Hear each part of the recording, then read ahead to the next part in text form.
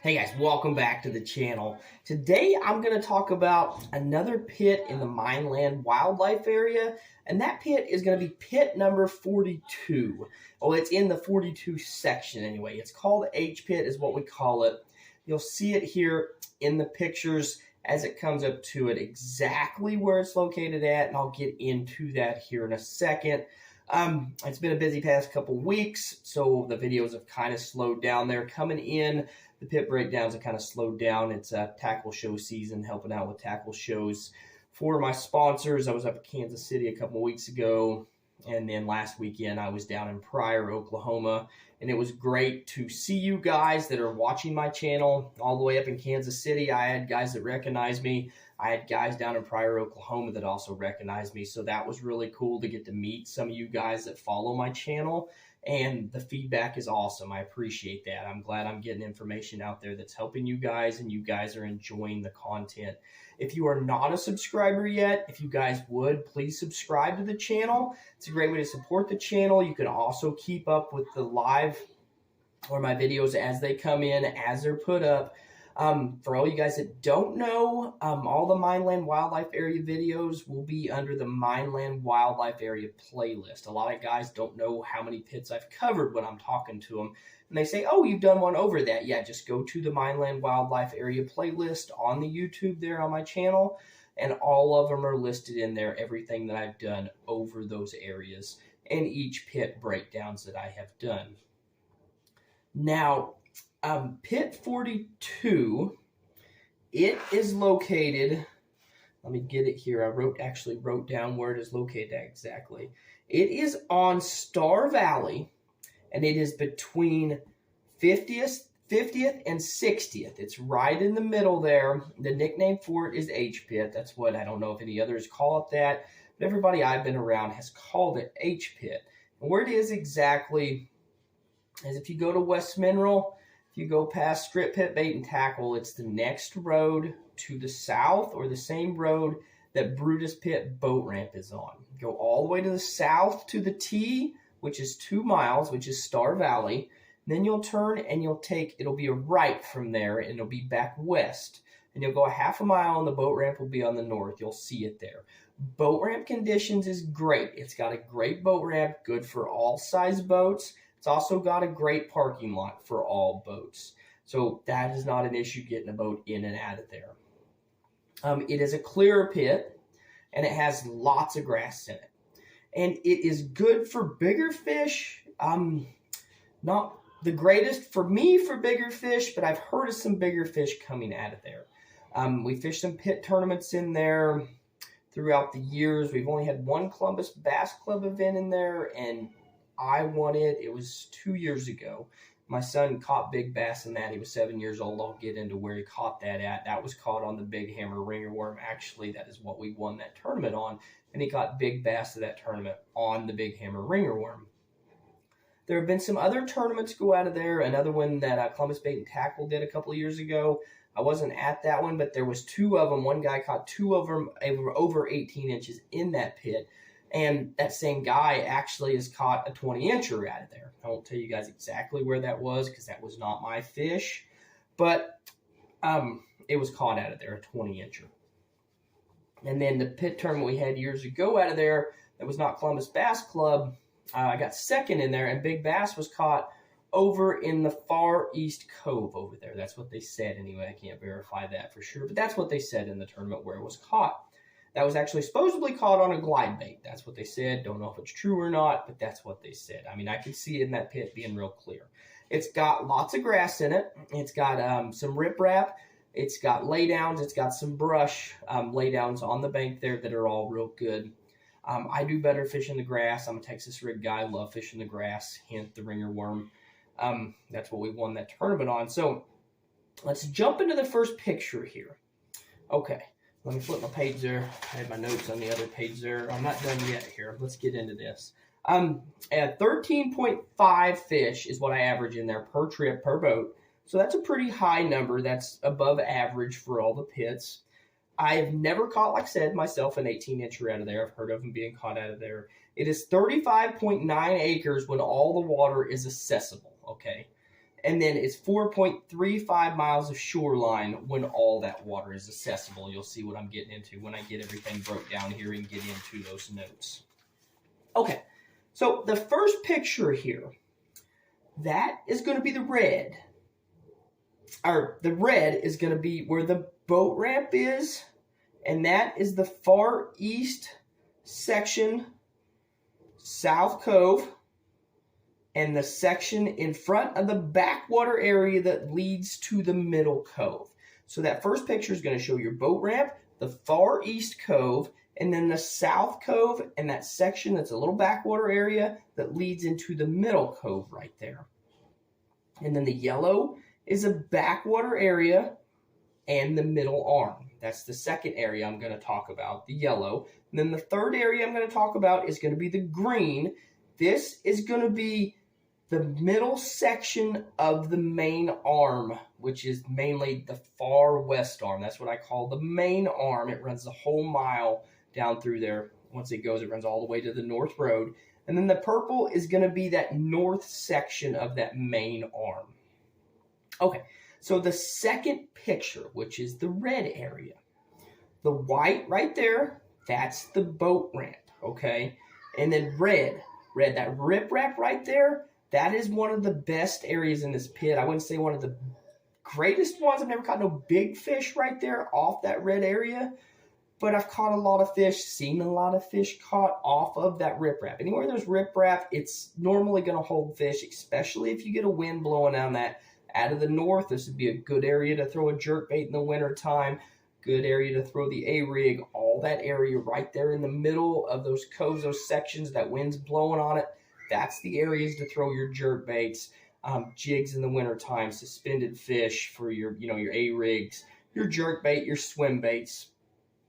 And then the yellow, that section right there, which would be, it's got laydowns on both sides of it and brush in the water, that little section that runs right down the middle.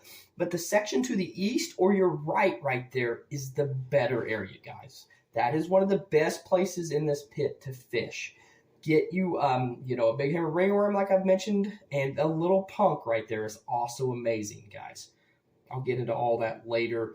Blue crab's my favorite color in there, as it is in most pits. And got that covered. The green, never caught much down that bank. That don't mean they're there. I mean, I've caught some fish, just nothing that really enthuses me down through there. And then the purple area, that has a good grassy point back in there. I've never really been into H-pit in the springtime, so I don't know exactly how they would relate to that in the springtime, but I'm assuming there is going to be spawners, and on the grassy point out there. I did catch some in that summer tournament. Me and my son won there, but it wasn't anything that really upgraded us because we already had some decent ones in the boat. But we did catch some fish back in there, and that big long point looks really good, like it'd be good in the springtime. It's pretty much always got grass in it, but that would also be a good spot in the early spring to throw a jerkbait over the top of that grass on that long point, or even the fall or winter months. That would be a good area to look at as well. And now the blue bank, sorry, skipped over there. I gotta here we go. Gotta remember where I'm at with my notes here. The purple area, sorry, going back there again. Okay, I'm back to the blue bank.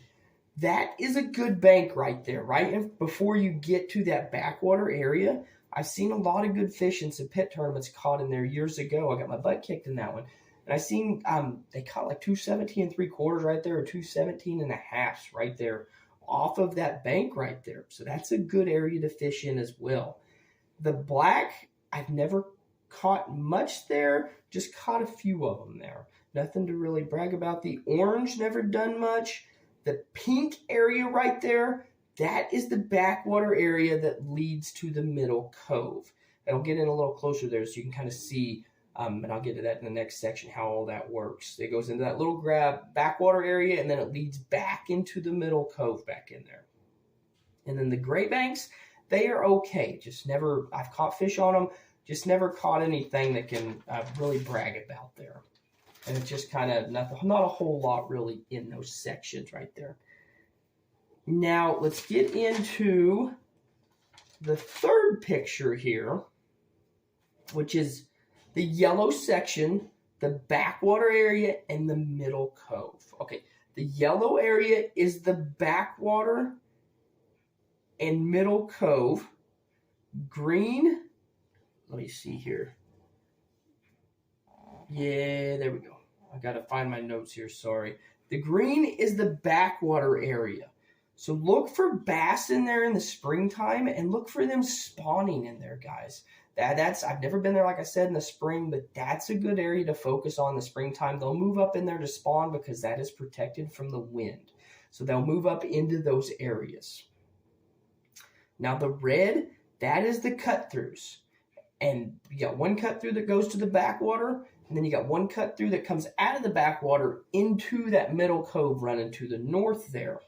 You can get into these with bigger boats when the water's up, and you might be able to get in there if you pick your trolling motor up and push yourself through with an oar in the bigger boats as well. But smaller boats, I know I can get my scamp in there. I did get in there one tournament. We went there, we got second in. We went back into that second cove area.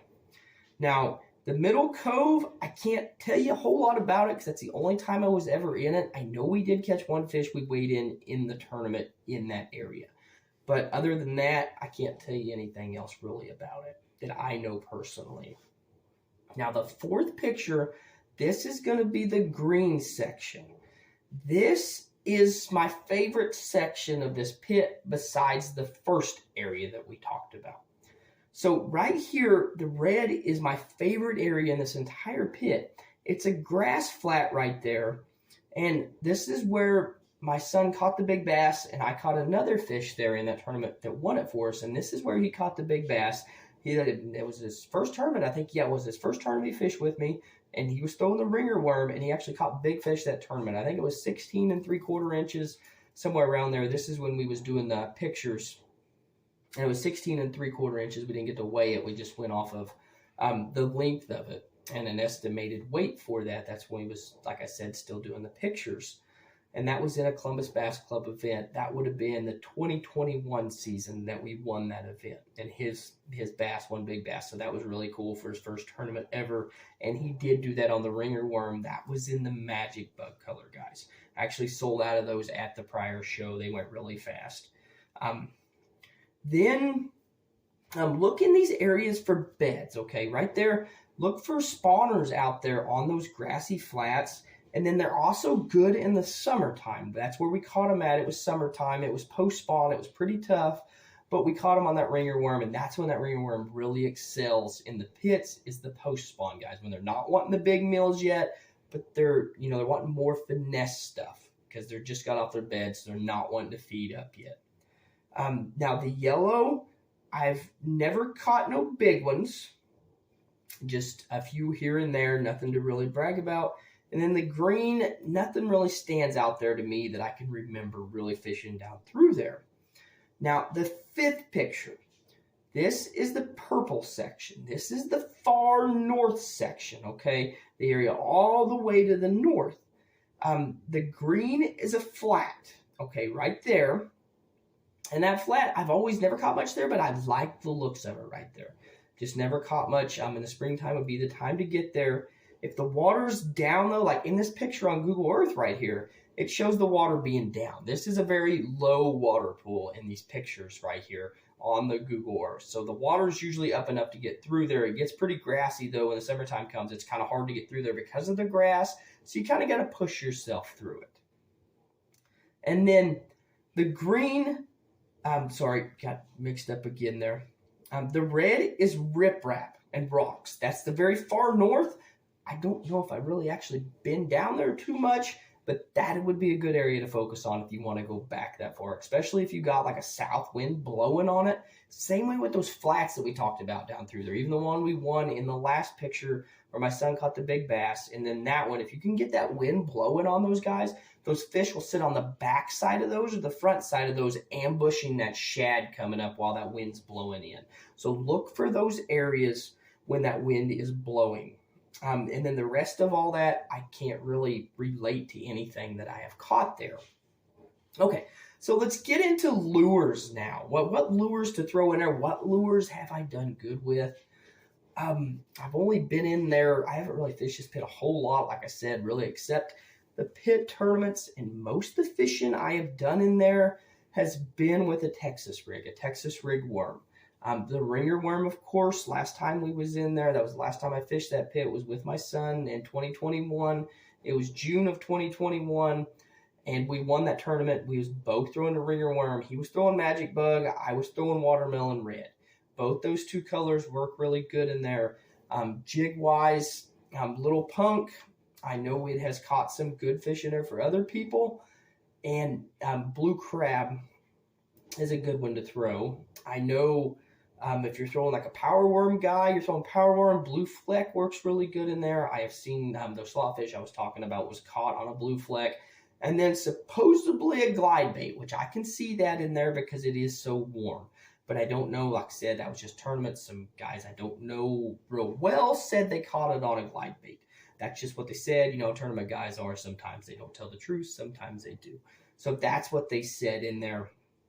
So colors to focus on, another one is green pumpkin in there. Just like the magic bug is basically green pumpkin purple.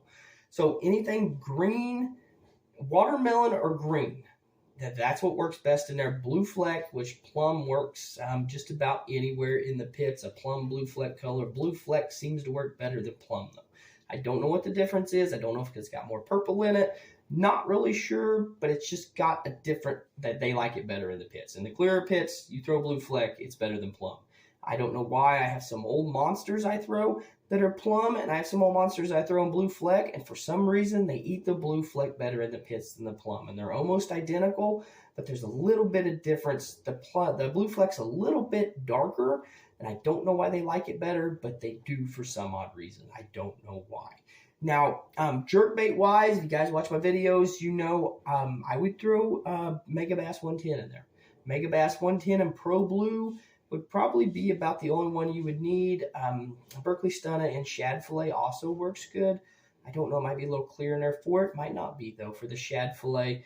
But you can't go wrong with Pro Blue in clear water, or Pro Blue anywhere, any color water. It just seems to work. It don't matter where it's at. That Vision 110 works really good. Swim bait wise, throw your shad colors. You don't want anything with too much chartreuse. You don't want anything too dark. Just stick to that shad color pattern. Kind of, you don't want a real, like a whitish color though. Try to get one that looks more like a shad. Big Hammer makes a 3-inch called bait fish, and they also make a 3.5-inch called the Silver Side that would work really good in there, and blueback herring would work in there too. It has a little bit of chartreuse in it, but not a whole lot, and those are your good go-tos for a swim bait or swim baits on the A-rig if you go in there. I think that pretty much covers about every other color. I know jig-wise, blue crab, so your green pumpkins, but blue crab I do better on it. I like to throw either it's a Reaction Innovation Smalley Beaver or a Missile D-Bomb on that. Actually, I like to throw a watermelon red trailer, either watermelon red or I can't remember the name of it now, but it's green pumpkin with blue flake in it. I think it's maybe copper crawl.